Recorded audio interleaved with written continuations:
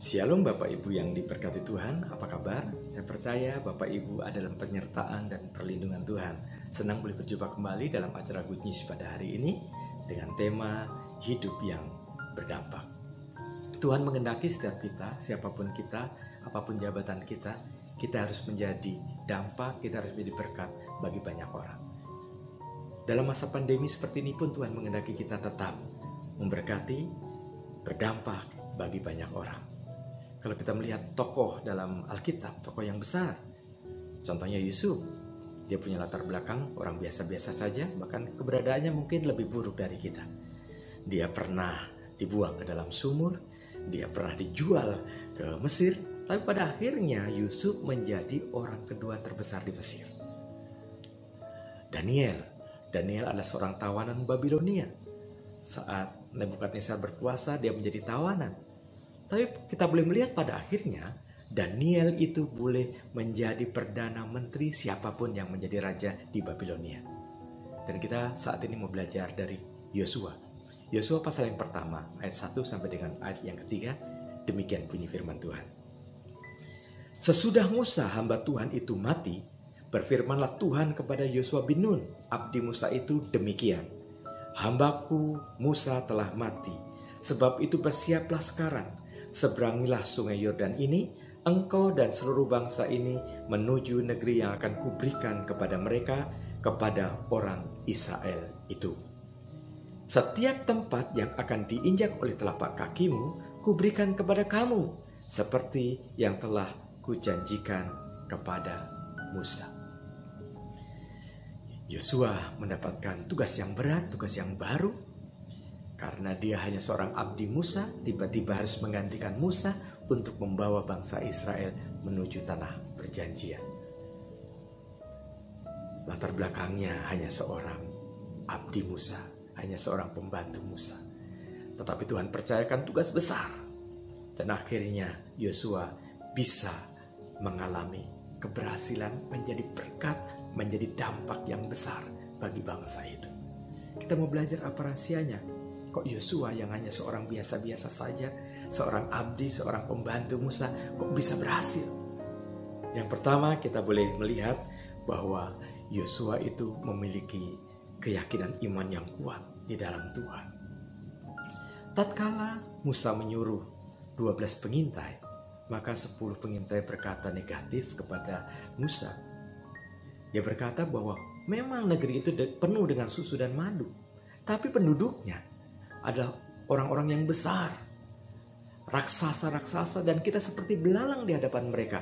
Maka kalau kita masuk ke sana akan ditelan habis. Tapi berbeda dengan Yosua dan Kaleb. Dia berkata, dia mengoyakkan bajunya dan berkata, jika ia mengizinkan kita berada di sana, di negeri perjanjian itu, maka kita akan di sana. Jangan memberontak kepada Allah. Yang menyertai mereka, yang menaungi mereka itu sudah pergi. Sedangkan yang menyertai kita, Allah yang besar, Allah yang perkasa, ada bersama dengan kita.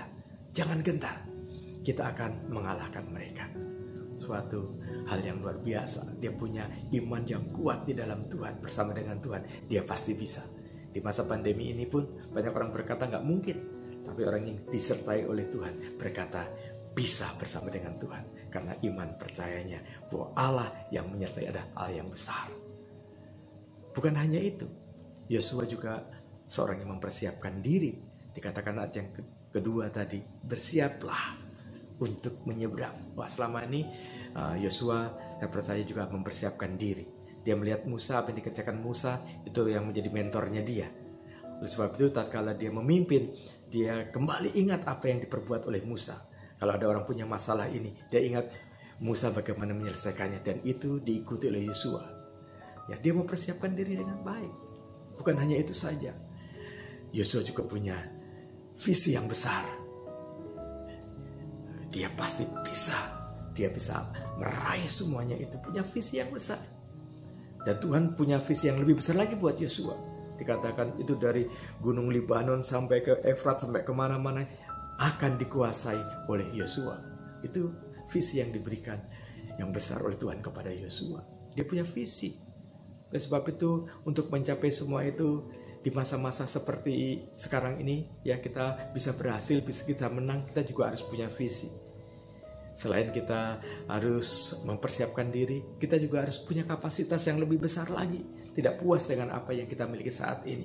Kita belajar lagi, kita bagaimana membuat terobosan-terobosan baru ya, sehingga apa yang menjadi kerinduan Tuhan, apa yang menjadi kerinduan Tuhan dalam kehidupan kita bisa memperolehnya. Karena apa? Karena kita tahu visi yang Tuhan berikan kepada kita harus menjadi berkat, harus menjadi dampak bagi banyak orang lewat kehidupan kita ini. Bukan hanya itu, Yosua mempunyai ketaatan iman yang luar biasa dalam Tuhan. Dia taat akan firman Tuhan. Oleh sebab itu dalam ayat yang ke-7 dikatakan, jangan menyimpang ke kiri atau ke kanan. Bertindaklah hati-hati. Bertindaklah hati-hati, bertindak sesuai dengan firman Tuhan. Dan kita tahu orang yang merenungkan firman Tuhan, orang yang melakukan firman Tuhan, dia akan mengalami suatu keberuntungan. Dan ayat yang ke-7 dikatakan, kamu akan mengalami keberuntungan kemanapun engkau pergi. Oleh sebab itu, dalam masa pandemi ini, kita bisa mengalami kemenangan, keberuntungan, dan kita bisa menjadi dampak bagi banyak orang kalau kita memiliki ketaatan iman kepada Tuhan. Kita belajar dari Yosua, ya, dia memiliki iman yang kuat di dalam Tuhan. Dia mempersiapkan diri dengan baik. Dia punya visi yang besar dan dia taat melakukan firman Tuhan, dan Tuhan membuat Yosua mengalami keberuntungan. Saya percaya Bapak Ibu sekalian, saat-saat ini kita juga akan mengalami hal yang sama kalau kita melakukan seperti apa yang Yosua lakukan. Tuhan Yesus memberkati.